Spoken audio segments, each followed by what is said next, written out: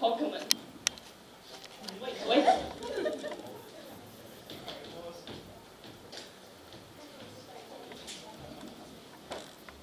Okay. Do you know Pokemon? Yeah. Okay. I will show you why I like it. 1,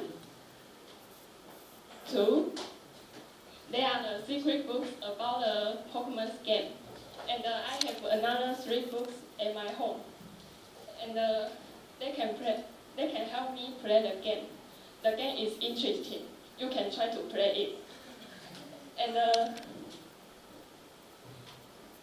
the book looks old because I draw it like a even I don't play it. And this is the underball from my friend. I keep asking him to give it to me. Finally, I give him an eraser in exchange for the underball. I think I was crazy then. And this is the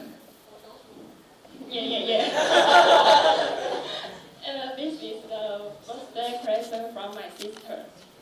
It's cute, and I like it so much because it's the first Pokemon I raised in a game. Okay. Thank you for your listening. Any question? Are they important for you? Yes. It's my best friend.